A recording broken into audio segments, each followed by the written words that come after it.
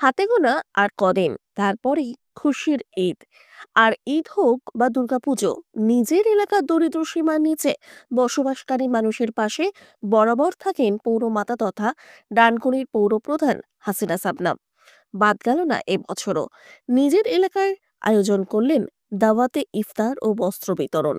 এদিন উপস্থিত ছিলেন মন্ত্রী স্নেহাশিস চক্রবর্তী, বিধায়ক স্বাতী খন্দকার, চাপদানির বিধায়ক অরিন্দম গুইন, এছাড়াও ডানকুনির প্রতিটি ওয়ার্ডের পৌরপিতা ও মাতারা।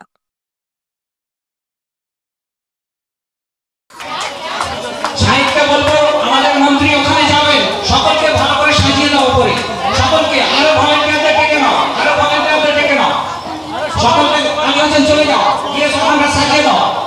আমাদের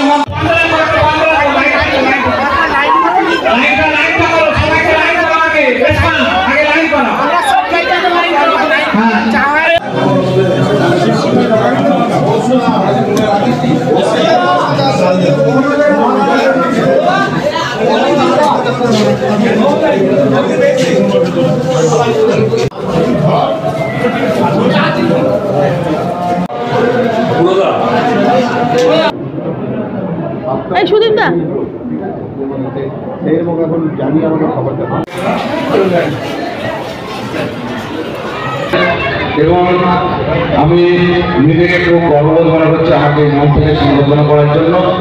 আমার আসতে একটু লেট হয়েছে, আমার 3 দিন ধরে একটা পরীক্ষা ছিল। আমি আজকে 3টের সময় ফিরেছি, আমার শরীরটা খুবই অসুস্থতা এবং শুধুমাত্র মেলার জন্য এই স্টেজে আজকে আসা। रॉयल पेंट्स एंड फिटिंग्स केम छो मजा मा मेरी तरफ से आपको ढेर सारी शुभकामनाएं for your company and I hope you have an amazing year packed with sweet surprises and rewards, and I wish you keep winning in life. Lots of love, good luck and best wishes from Tumhari Vidya Balan. Trinamool Congress বলে নয়, বাংলার এটাই কৃষ্টি এবং culture, যেটা পবিত্র রোজা মাস চলছে। মুসলিম সম্প্রদায়ের মানুষের এটা সংযমের মাস, আত্মশুদ্ধির মাস। সারাদিন ধরে তারা উপবাস করছে, উপবাস করে দিনের শেষে একটা নির্দিষ্ট সময় রোজা ভাঙছেন তারা ইফতার মজলিসের মধ্যে দিয়ে, এবং যখন রোজা ভাঙছেন ইফতারের মধ্যে দিয়ে সেই ইফতারে আবার অন্য ধর্মের মানুষ হিসেবে আমরাও সেখানে যোগদান করছি। এটাই বাংলার কৃষ্টি এবং সংস্কৃতি, যে ধর্ম যার যার, কিন্তু সেটা যখন উৎসবে হয় সেই উৎসবে আমরা সবাই অংশগ্রহণ করি, এবং এটা বজায় থাকলেই বাংলার সম্প্রীতি বজায় থাকবে, বাংলা শান্তিতে থাকবে, বাংলার মানুষ ভালো থাকবে। হ্যাঁ, বিজেপি তো এভাবেই চাইছে যে ভারতবর্ষে যে ধর্মনিরপেক্ষতা আছে, ভারতবর্ষের যে সম্প্রীতি আছে সেটাকে ভাঙতে এবং বিভেদ সৃষ্টি করতে চাইছে, ধর্মীয় মেরুকরণ করতে চাইছে। বিশেষ করে মুসলিম সম্প্রদায়ের প্রতি তাদের ঘৃণা, বিদ্বেষ এবং ঘৃণার ভাষণ আমরা প্রতিদিন লক্ষ্য করছি, এবং তার বিরুদ্ধে আপোষহীনভাবে লড়ছেন মমতা বন্দ্যোপাধ্যায়, এবং মমতা বন্দ্যোপাধ্যায় সব ধর্ম সম্প্রদায়ের মানুষকে নিয়ে এই বিভেদ রাজনীতির বিরুদ্ধে লড়াই করছেন। এটা তো একটা সুন্দর অনুষ্ঠান, এটা একটা মেলবন্ধন, যে আমরা যেমন ঈদও করি সেরকম আবার দুর্গাপুজোর সময় দুর্গোৎসবও পালন করি। তাই আমাদের চেয়ারম্যান মুসলিম হয়েও হিন্দু মানুষের জন্য যে চিন্তা করে, এটাই তো সম্প্রীতির বার্তা। দিদি যেখানে সম্প্রীতির বার্তা দিচ্ছেন, সেখানে দাঁড়িয়ে আজকে দিলীপ ঘোষ কন্যাকে গলা কেটে দেওয়ার মতো হুমকি দিয়েছেন। ও ওনার সারা জীবনই মাথা খারাপ। আপনারা জানেন যে প্রতি বছরের ন্যায় এবছরও এই ইফতারে মজলিস হচ্ছে। এই 2009 থেকে আমি করে আসছি। ইফতারে মজলিস যেমন করে থাকি, সেরকম দুর্গাপুজোর সময়তেও আমি বস্ত্র বিতরণ করে থাকি। তাই বস্ত্র বিতরণ ইফতারে মজলিস আজকে নতুন নয়, প্রতি বছরের ন্যায় এবছরও হচ্ছে। এই সমস্ত অসহায় মানুষগুলো যদি আমরা ঈদের আনন্দ আমরা সবাই মিলে ভাগ করে নিতে পারি, সেজন্য আমরা একটা চেষ্টা করেছি প্রতি বছরের মতো এবছরও, যে সামান্য কিছু উপহার দিয়ে তাই বস্ত্র বিতরণ আজকে বস্ত্র উপহার দেওয়া হয়েছে, এবং তার সাথে সাথে ইফতারে মজলিস করা হয়েছে। তাই আমি ধন্যবাদ জানাবো সকল অতিথিদেরকে, তারা সময় মতো ঠিক টাইমে তারা এসেছেন এবং আমাদের সঙ্গে সময় দেওয়ার জন্য অনেক ধন্যবাদ। কতজন মানুষকে বস্ত্র বিতরণ করবেন? বস্ত্র 500 শাড়ি আছে আর 100 লুঙ্গি আছে।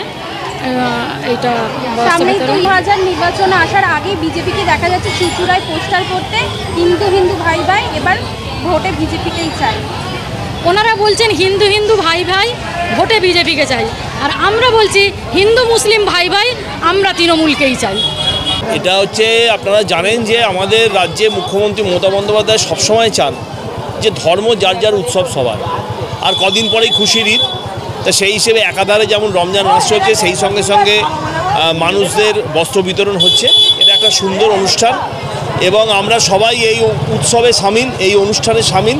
আমরা একটা বার্তায় দিচ্ছি যে বাংলার সমস্ত স্তরের মানুষ, সমস্ত ধর্মের মানুষ, সমস্ত বিভিন্ন সম্প্রদায়ের মানুষ, তারা বিভিন্ন ধর্মের অনুষ্ঠানকে উৎসব হিসেবে দেখে এবং বাংলার এই যে সাম্প্রদায়িক সম্প্রীতি এটা বজায় থাকুক, এটাই আমরা চাইবো আগামী দিনে।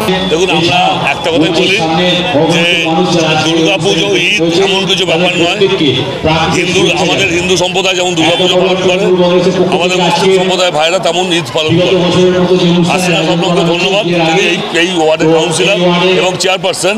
ধন্যবাদ, যেভাবে দুর্গাপুজোর সময় মানুষের পাশে থাকেন এমনভাবে ঈদে মানুষের পাশে থাকেন। আমরা যে দল করি এখানে ধর্ম বর্ণের কোনো বিভেদ নেই। দুদিন আগে ব্রাত্য বোস যাদবপুরে গেছিল, তা সেইখানে বহু রিকোয়েস্ট করার পর, বহু অসভ্যতার পর গাড়ি চালাতে গিয়ে বোধহয় কেউ গাড়ির চাকা একটু আহত হয়েছিল। অনেক বড় বড় কথা বলতে শুনেছিলাম বিভিন্ন বিজেপি নেতৃত্বকে, বিভিন্ন অন্য দলের নেতৃত্বকে। আর আজকে সেটা চাক্ষুষ দেখলাম, দিলীপ ঘোষ গাড়িতে দাঁড়িয়ে হাত টানিয়ে বলছেন ওপর দিয়ে গাড়ি চালিয়ে দে। এর বিচার করার আমি কেউ নই, বিচার করবে ওপরওয়ালা আর বিচার করবে সাধারণ মানুষ। বিজেপিকে যেরকম তাড়ানো হয়েছে, বিজেপিকে মানুষ সামনের বারে উৎখাত করে দেবে, মিলিয়ে নেবেন।